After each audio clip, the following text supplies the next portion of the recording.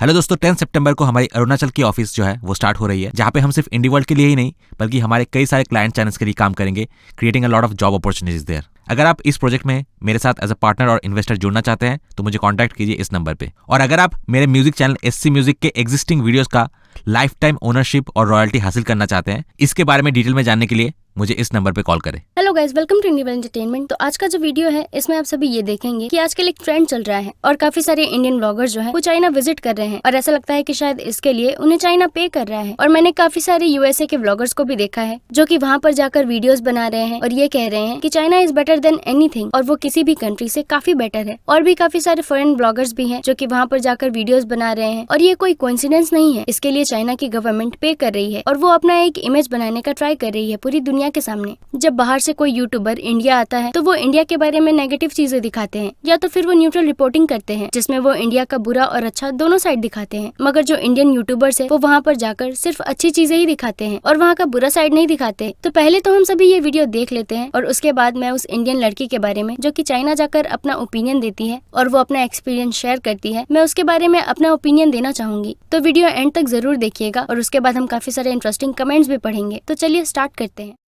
मैं एक Chinese YouTuber हूँ। एक भारतीय लड़की की कुछ बातें हैं। मुझे चाइना कंट्री के बारे में पता है। वहाँ पर कई सारे लोग हैं और कई महीनों में वो हमारे भारत जैसे अच्छे नहीं हैं। भारतीय लड़की याता ने बड़ी कॉन्फिडेंटली बताया जैसे कि उसे चाइना के बारे में बहुत कुछ पता है। खैर अब मैं क्या बोलूँ, उसके साथ फिर कुछ ऐसा हुआ जो कि उसके लिए अनएक्सपेक्टेड था। पहले तो वो बहुत कॉन्फिडेंट थी लेकिन बाद में जो हुआ उससे वो शॉक्ड और काफी शर्मिंदा हो गई। याता के साथ चाइना में क्या हुआ और वो स्पेसिफिकली चाइना ही क्यों गई।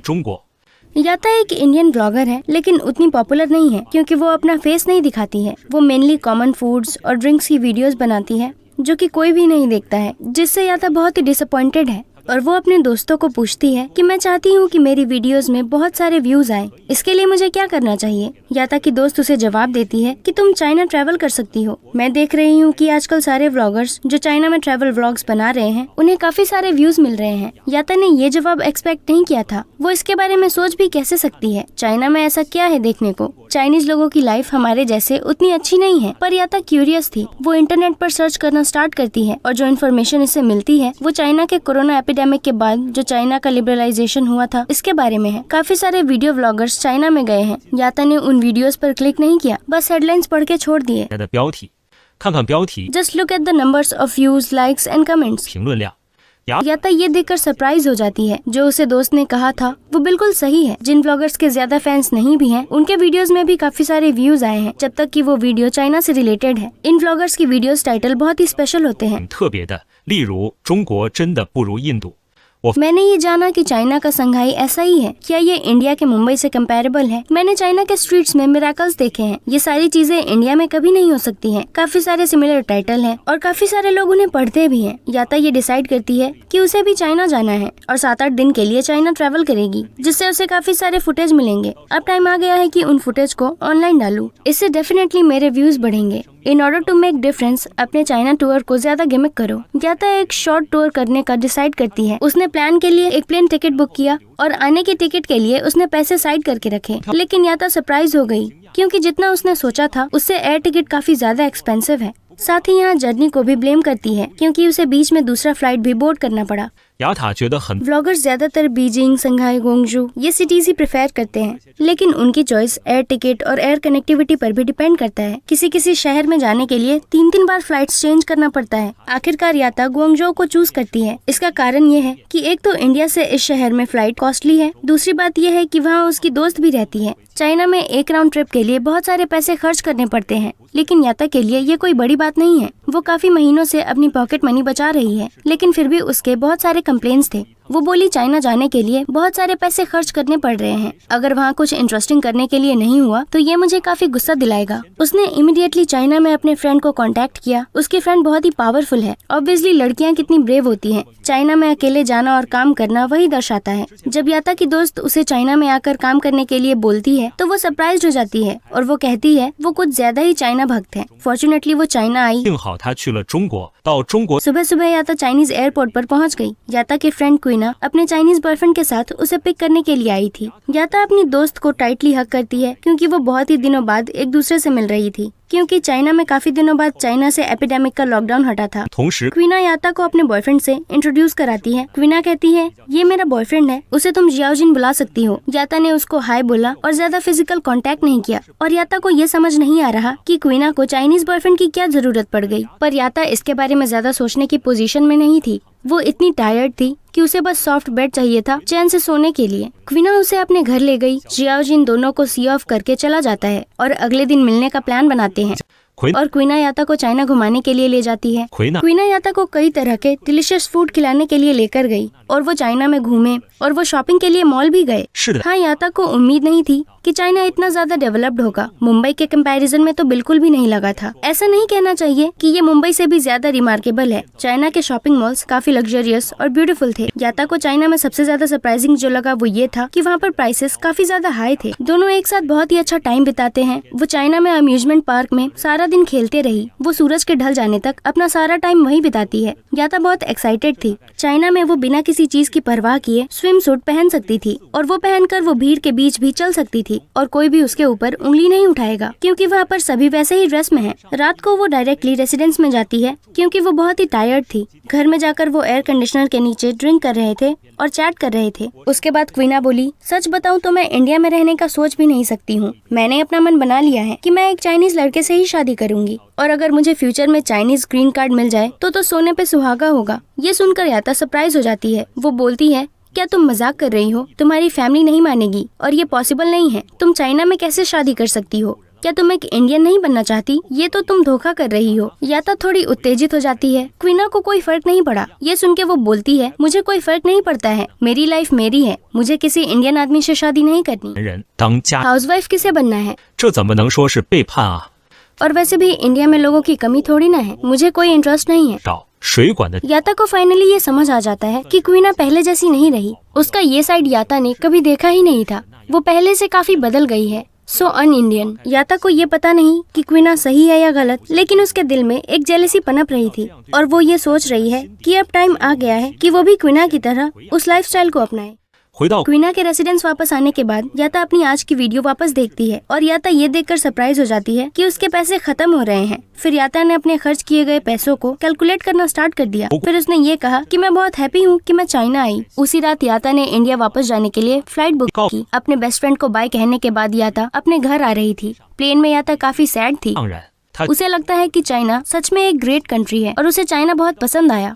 याता की पहली चाइना ट्रैवल वीडियो ने सरप्राइजिंगली काफी व्यूज कमाए और काफी फैंस भी बढ़ गए। 了很多粉， the title is China's night is too surprising. ऐसा भारत में तो बिल्कुल भी देखने के लिए नहीं मिलता है। ये रात का समय है और आप काफी सारी लड़कियों को भी स्ट्रीट पर देख सकते हैं और रात के टाइम में भी स्ट्रीट्स पर काफी भीड़ है। भारत में ऐसा देखने को नहीं मिलता है। भारत में रात के टाइम में स्ट्रीट्स पर इतनी सारी यंग लड़कियां ऐसे शॉर्ट ड्रेसेस में नहीं घूमती हैं। 这么轻快的。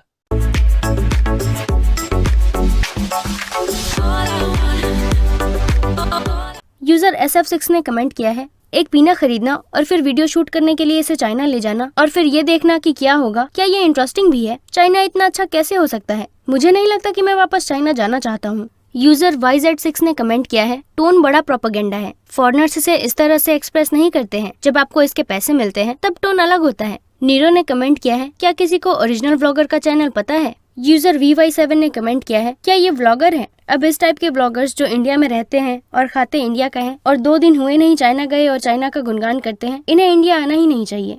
एंटलो ZH ने कमेंट किया है, इनफैक्ट काफी सारे इंडियंस जानते हैं कि चाइना कैसा है। पुशु ने कमेंट किया है, नॉनसेंस, बेकार की बातों के लिए इतना टेंशन। अगला कमेंट है स्नैक का, इन कहानियों को बाहरी दुनिया में दिखाने से सिर्फ चाइनीज लोगों का ही घमंड सेटिस्फाई होता है। अजीब लोग हैं। God is never out of date. ये तो बिल्कुल सच कहा। इस तरह के पार्शियल वीडियो से सिर्फ चाइनीज ही खुश हो सकते हैं।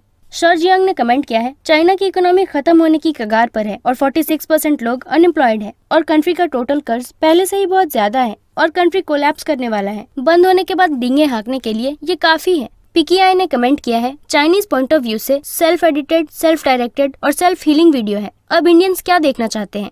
यूजर GM7 ने कमेंट किया है, चाइना को नजर उठाकर देखने पर रिजल्ट ये होता है कि इसकी पूंछ टेढ़ी की टेढ़ी ही रहती है। ऐसी लड़कियां बाहर ही रहे और इंडिया ना ही आए तो ही बेटर है। अगर उन्हें चाइना इसलिए पसंद है कि वहाँ पर आप कहीं पर भी स्विम सूट पहन कर जा सकते हैं, तो फिर आप वहीं रहिए। कई सारे लोग ये कह रहे हैं कि चाइना काफी मॉडर्न है और इंडिया से आगे है, तो क्या सिर्फ फैंसी चीजों से ही कोई कंट्री मॉडर्न बन जाती है या अपनी सोच से कोई कंट्री मॉडर्न बनती है? अभी मैंने आपको एक वीडियो दिखाया और उसमें आप सभी ने एक इंडियन लड़की का ओपिनियन सुना, जिसमें उसने ये सब बातें कही कि इंडिया में स्विम सूट नहीं पहन सकते हैं, और इस बात का उसे काफी ज्यादा अफसोस हो रहा है। लेकिन आप देख सकते हैं कि बाहर से काफी सारे फॉरेनर्स इंडिया इसीलिए आते हैं क्योंकि यहाँ पर उन्हें वो डिसेंसी और एक अच्छा कल्चर नजर आता है। और मैं चाहती हूँ कि आप सभी एक बार उनका भी ओपिनियन सुने। In Vedic society, in Vedic culture tradition, women are decorated nicely. They use all the jewelries, whatever is suitable for them. They use cosmetics. So these things can be used. If she covers herself, then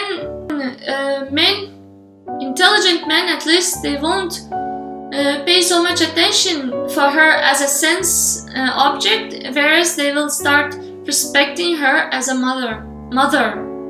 तो जैसा कि आप सभी इस video में देख सकते हैं कि उनको वही चीजें पसंद थी और उन सभी को पता था कि एक डिसेंट वे में ड्रेस पहनना क्यों जरूरी है। वैसे हम किसी को भी जबरदस्ती उन्हें क्या पहनना है और क्या नहीं ये तो नहीं बता सकते हैं, लेकिन ये जो अवेयरनेस है कि अच्छे और डिसेंट वे में कपड़े पहनने का इम्पोर्टेंस क्या है इस सोसाइटी में, ये जो थिंकिंग है ये मॉडर्न है। ऐसी सोच से कोई कंट्री मॉडर्न बनती है। लेकिन अनफॉर्चुनेटली हमने एक बहुत ही बड़ी गलती की है। हमें मॉडर्न साइंस में, हमारे वेदों में और हमारे एंशिएंट स्क्रिप्चर्स में भी साइंस के बहुत सारे एग्जांपल्स हैं जिसमें काफी सारे मॉडर्न एडवांस्ड आविष्कार हैं और वहाँ पर उसका रेफरेंस भी है, और हम सभी को उस चीज को फॉलो करना चाहिए था। और हमें अपने कल्चर को ध्यान में रखते हुए अपने कल्चर के जो अच्छे पार्ट्स हैं उनको ना भूलकर हमें अपने सोच से मॉडर्न बनना चाहिए था, ना कि किसी फैंसी गैजेट से और न ही छोटे कपड़ों से। मगर हमारे दिमाग में तो ये बैठा हुआ है कि हम हमेशा वेस्ट को ही फॉलो करते हैं, मानो जैसे कि मॉडर्न बनने का एकमात्र तरीका यही है कि वेस्ट को कॉपी करो। लेकिन अगर देखा जाए तो हमारा सिविलाइजेशन काफी आगे रहा है। ग्रीक, इजिप्ट, ये सब सिविलाइजेशन भी बहुत आगे पहुंच चुके थे। उस टाइम पर भी यूरोप और वेस्ट बेसिक इक्विपमेंट्स का यूज करना भी नहीं जानता था। हमारे सिविलाइजेशन जो है वो काफी पुराने हैं और वेस्ट जो है वो तो नया आया हुआ है और वो सभी काफी मटेरियलिस्टिक है। लेकिन जैसा कि आप हमारे पुराने स्क्रिप्चर्स में देख सकते हैं कि मेंटल एनलाइटमेंट और सही राह पर चलने से और अच्छे काम करने से और अपनी सोच जो है उसको अच्छा रखने से ही कोई कंट्री मॉडर्न बनती है।